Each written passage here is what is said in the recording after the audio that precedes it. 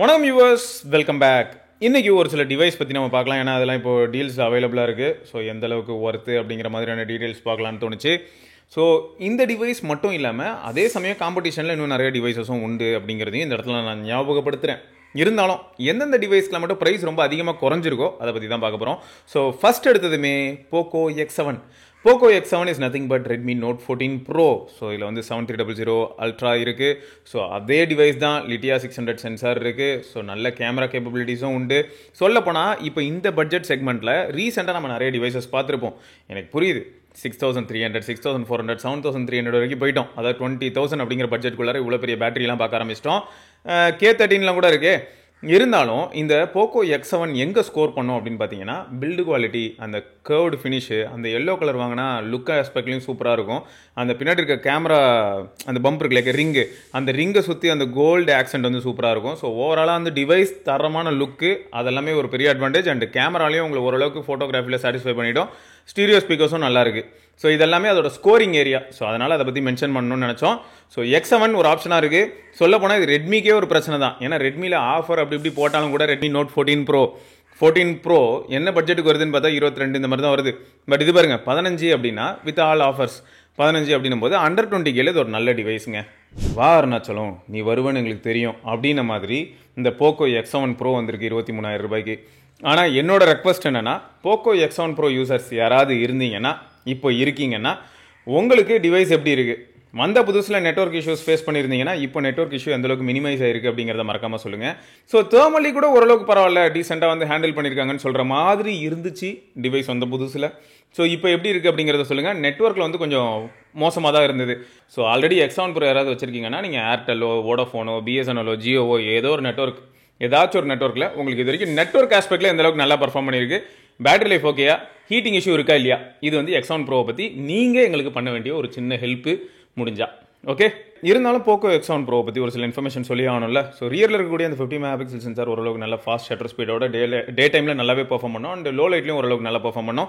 ஃப்ரண்ட்டில் இருக்கக்கூடிய அந்த 20 மெகாபிக்சல் செல்ஃபி ஷூட்டர் ஓரளவுக்கு ஆவரேஜ். ஸோ இவங்க செக்மெண்ட்டில், அதாவது இந்த ஷாமி, ரெட்மி, போக்கோ, இந்த செக்மெண்ட்டே வந்து பார்த்தீங்கன்னா ஆவரேஜ் பர்ஃபார்மராக தான் இருக்குது. ஃப்ரண்ட் கேமரா ஆஸ்பெக்டில் உங்களுக்கு 6550 mAh பேட்டரி இருக்கும். ஸோ அது இந்தியா எக்ஸ்க்ளூசிவ் அப்படின்லாம் கூட சொல்லியிருப்பாங்க. குளோபலில் பார்த்தீங்கன்னா 6000 தான். அதே சமயம் 90 வாட் சார்ஜர் அது பாக்ஸ்லேயே வந்துட போகுது. ஸோ இது வந்து இதுக்கு இருக்கக்கூடிய பிக்கஸ்ட் அட்வான்டேஜாக இருக்குது. ஏன்னா பேட்டரி லைஃப்ல இது ஒரு நல்ல டிவைஸ் தான். ரீசெண்ட் டேஸில் ரியல்மிக்கு என்னாச்சுன்னே தெரியல. அவங்களோட P சீரிஸ் எடுத்து பாருங்களேன், P3 சீரிஸ் எடுத்து பார்த்துக்கோங்க. அதில் இருக்கக்கூடிய டிவைசஸ் எல்லாமே கொஞ்சம் டாப் நாச்சாக இருக்கும். லுக் ஆஸ்பெக்ட்லையும் சரி, வெயிட் டிஸ்ட்ரிபியூஷன் மாதிரியான ஃபேக்டர்ஸ்லையும் சரி. அப்படி இருக்கும்போது இந்த P3 ப்ரோ இதுவும் 7S Gen 3 பேஸ்டு டிவைஸ் தாங்க. ஸோ இதில் வந்து ஒரு உருப்படியான கேமரா இருக்க போது. ஸோ அந்த 50 மெகாபிக்சல் சென்சார் ஓரளவுக்கு வெல் கேப்பபிள். அண்ட் அதே சமயம் இந்த BBK ஃபேமிலியில் அந்த 16 மெகாபிக்சல் ஃப்ரண்ட் ஃபயரிங் ஷூட்டர் அதை விட போகிறதில்ல. ஃப்ரண்ட் கேமரா அந்த 16 மெகாபிக்சல் தாங்க, அது மாற போகிறதாவே இல்லை. ஸோ அதே சமயத்தில் வந்து பேட்டரி லைஃப் ஓரளவுக்கு நல்லாயிருக்கும். 6000 mAh பேட்டரி வந்துடும். அண்ட் சார்ஜிங் ஸ்டாண்டர்ட்ஸும் பெரிய அளவில் உங்களுக்கு வந்து அட்வான்டேஜாக இருக்கும். அண்ட் குவாட் கர்வ் இந்த மாதிரியான ஃபேக்டர்ஸுமே ஒரு ஆடட் அட்வான்டேஜாக இருக்குது. So Realme UI, colour OS, oxygen OS இது எல்லாமே ஓரளவுக்கு ஸ்மூத்தாக இருக்குது இந்த செக்மெண்ட்குள்ளார பார்க்கும்போது. அதுலேயும் முக்கியமாக இந்த P சீரிஸ் வந்து ஓரளவுக்கு நல்லா இருக்குங்க. அதுவும் இப்போ P3 சீரிஸ்னு வரும்போது முடிஞ்ச அளவுக்கு ஸ்னாப் ட்ராகன் SoCயோட வரனால அதுவே ஒரு பெரிய ப்ளஸ் பாயிண்ட் மாதிரி ஃபீல் ஆகுது. முக்கியமாக மோடம் ஆஸ்பெக்டில், ஃபோன் கால்ஸ், மியூசிக், ஸோ அதிலெல்லாம் ஓரளவுக்கு ஸ்கோர் பண்ணுற மாதிரி தான் இருக்குது. நீங்கள் யாராவது P3 ப்ரோ வச்சிருக்கீங்கன்னா உங்களுக்கு எந்த அளவுக்கு நல்லா இருக்குங்கிறது சொல்லுங்கள். ஸோ இந்த டிவைஸும் உங்களுக்கு வந்து 19,000க்கு கிடைக்குது அப்படிங்கிறனால தான் இதை பற்றி இப்போ நம்ம பேசிக்கிட்டு இருக்கோம். ஓகே, ஸோ அடுத்த முக்கிய பிரமுகர் யார் அப்படின்னா விவோ V50e. இதுக்கு முன்னாடி V40e பற்றி நம்ம சேனலில் பார்த்துருப்போம். ஸோ இந்த V50eக்கும் V40eக்குமே பெரிய வித்தியாசம் கிடையாதுங்க. ஆனால் என்ன, இந்த டிவைஸ் வந்து உங்களுக்கு இப்போ 26Kக்கு கிடைக்க போகுது. ஸோ மீடியா சென்ட்ரிக்கே யாராவது டிவைஸ் வாங்கணும், அதுவும் விவோ தான் வாங்குவேன், செல்ஃபி ஷூட்டர் ஓரளவுக்கு நல்லா இருந்தால் போதும் அப்படின்னு எதிர்பார்க்குறவங்களுக்கு இது நல்ல டிவைஸ் அமைய வாய்ப்பு இருக்குது. 7300 ப்ராசஸர் தான் இதுலேயும் இருக்க போகுது. பட் 26,000 வந்து 7300 எப்படி ஜஸ்டிஃபை பண்ணுதுன்னு நீங்கள் கேட்கும்போது தான் சரி இருக்கட்டும். இருந்தாலும் ஒரு 50 மெகாபிக்சல் பிரைமரி ஷூட்டரும் அது கூடவே ஒரு 8 மெகாபிக்சல் அல்ட்ரா வைடும் இருக்கும். அண்ட் ஓவரால் டிவைஸ் இந்த டிஸ்பிளே ஃபேக்டர்ஸாக இருக்கட்டும், மீடியா சென்ட்ரிக்காக இருக்கட்டும், ஸோ இதிலெல்லாம் ஓரளவுக்கு நல்லதாக இருக்கும். அண்ட் உங்களுக்கு பேட்டரி லைஃப் அப்படின்னு வரும்போது அதில் தான் இம்ப்ரூவ்மெண்ட்டே இருக்குது. ஏன்னா போன தடவை வந்து 5500, இந்த தடவை வந்து 5600, இந்த 100 mAh இன்க்ரீஸ் பண்ணுறதுக்குள்ளே நாங்கள் பட்ட கஷ்டம் இருக்குது பாருங்கள் அப்படின்னு சொல்கிற மாதிரி இருக்கும். ஸோ ஓவராலாக V40e தான் திரும்ப V50eவும் இருக்குது. மேபி உங்களுக்கு அப்டேட்ஸில் ஒரு சில அட்வான்டேஜஸ் இருக்கலாம், அவ்வளோதான். மற்றபடி 90 வாட் வயர்டு சார்ஜிங், ஸோ இதெல்லாமே தான் வந்து V50Eயோட முக்கிய அம்சங்கள். ஸோ பாருங்களேன், மோஸ்ட்டாக நம்ம இவ்வளோ நேரமாக நம்ம பார்த்த நிறைய ஃபோன்ஸில் ஒரே ஒரு பிரைமரி ஷூட்டர் அதுதான் டாமினேட் பண்ணாலும் கூட மேபி ஒரு 8 மெகா பிக்சலுக்கு ஒரு அல்ட்ரா வைட் இருக்கலாம். அப்படி இல்லைனா இது எல்லாருமே 2 மெகா பிக்சல் கேமரா தான் கொடுத்துட்டு இருக்காங்க. இந்த இடத்துல தான் நம்ம CMF Phone 2 Pro ஸ்கோர் பண்ண போகுது இந்த மாதிரி தோணுது. ஏன்னு பார்த்தீங்கன்னா அதுவும் 7300 தான் அல்டிமேட்னு சொல்லிட்டு போட்டோம். ஆனால் 3 கேமரா இருக்கு இல்லையா, ஓரளவுக்கு யூஸபுளா. ஸோ அதை நினைக்கும் போது சந்தோஷமா இருக்கு.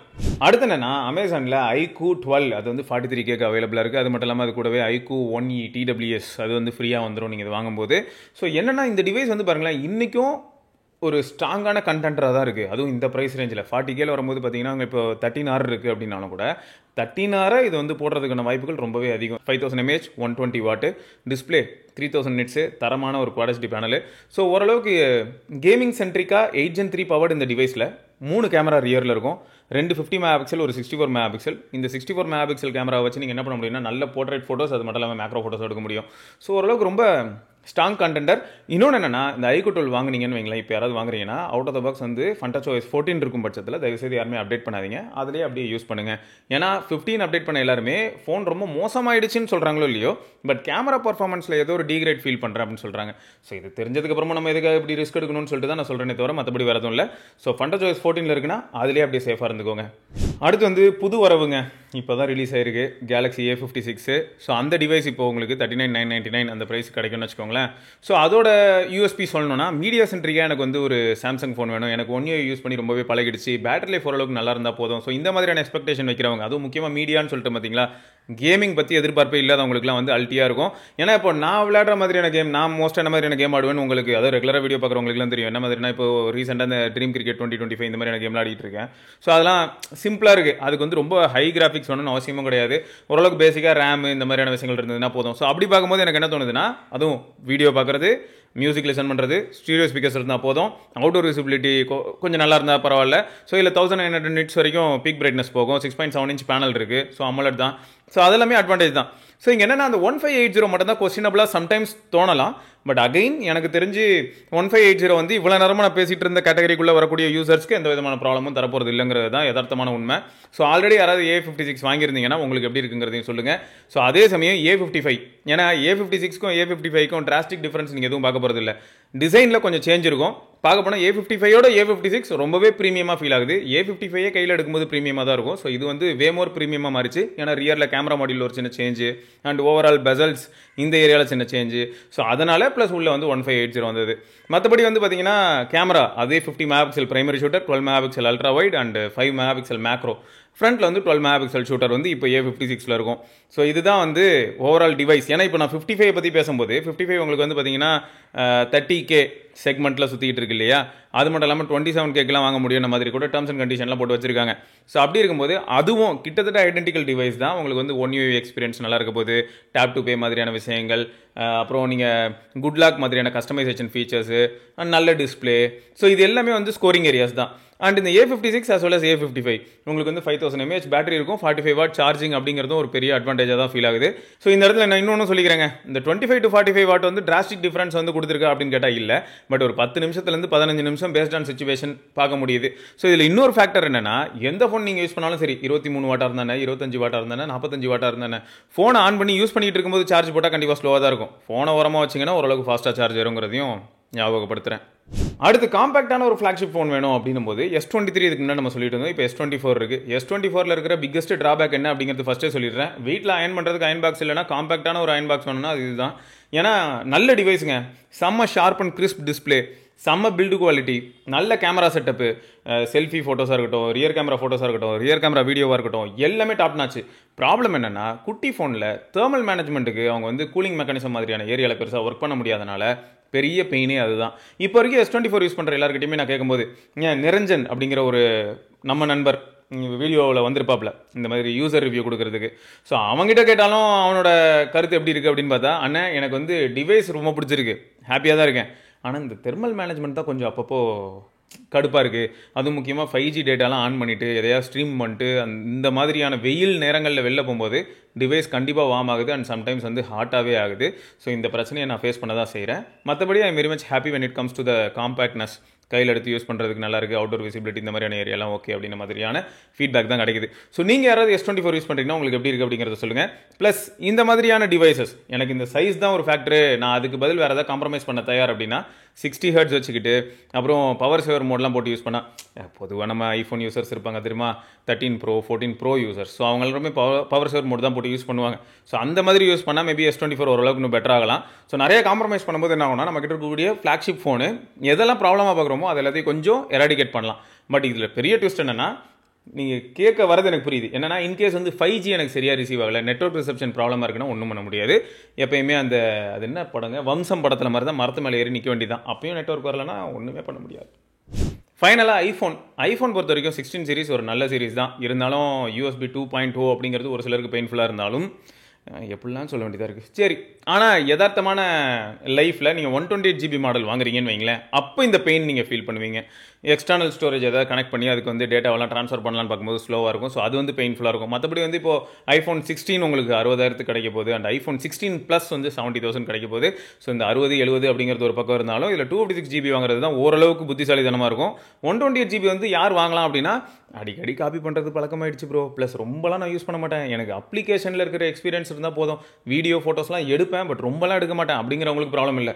ஆனால் இந்த 128GBயில் நீங்கள் அப்ளிகேஷன்ஸ் அதிகமாக யூஸ் பண்ண ஆரம்பிச்சதுமே ஸ்டோரேஜ் வந்து பொறுமையாக ஃபில் ஆக ஆரம்பிச்சிடும். அதனால் 256GB போயிட்டா என்ன ஆகும்னா, அப்ளிகேஷன் ஒரு பக்கம் ஓகே, இன்னொரு பக்கம் இன்கேஸ் அதிகமாக ஃபோட்டோஸ் அண்ட் வீடியோஸ் எடுக்கிற ஐடியா இருக்குன்னா அப்போ வந்து அதுதான் பெட்டராக இருக்கும்.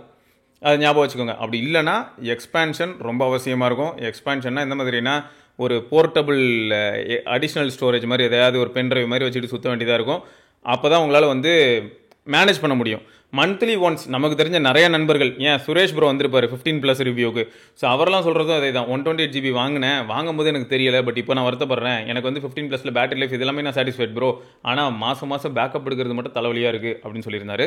ஸோ அதனால தான் திரும்பியும் சொல்கிறேன், ஐஃபோன் வாங்குறது தப்புன்னு கிடையாது, ஆனால் 128GB வாங்கிவிட்டு அப்புறம் கனவு காணுங்கள் இந்த மாதிரி உட்காந்துட்டு 4K வீடியோவாக எடுத்துக்கிட்டு டால்பி விஷன் வீடியோ எடுப்பேன், ஃபோட்டோ எடுப்பேன்னு சொல்லி ஆசைப்பட்டுட்டு கடைசியில் ஸ்டோரேஜ் பத்தாமல் போனால் ரொம்ப வலிக்குமுங்க, வேறு எதுவும் இல்லை. சரிங்க, ஸோ ஆக மொத்தம் இந்த மாதிரியான நிறைய டிவைசஸ் இன்னும் வேறு ஏதாவது டீல்ஸ் அன்லாக் ஆகும் பட்சத்தில் அதையும் நாங்கள் வந்து உங்களுக்கு அலர்ட் செய்வோம். அண்ட் இப்போ திரும்பியும் நான் சொல்லிக்கிறேன், ஆக்ஷன் பட்டன், கேமரா கண்ட்ரோல் இதெல்லாமே வந்து சப்ஜெக்டிவ். ஆனால் iOS எக்ஸ்பீரியன்ஸ் வேணும், சோஷியல் ஆப்ஸ் இருக்கலே ஸ்மூத்தாக இருக்கணும், கேமரா அதுவும் முக்கியமாக வீடியோ நான் அதிகமாக எடுப்பேன் அப்படிங்கிறவங்களுக்குலாம் ஸ்கோரிங் ஏரியா. பட் 256GB ஞாபகம் வச்சுக்கோங்க. ஸோ இதோட நம்ம இன்னொரு பதிவில் சந்திப்பாக இருக்கும். சிவபரணி பார்க்கலாம். பாய்.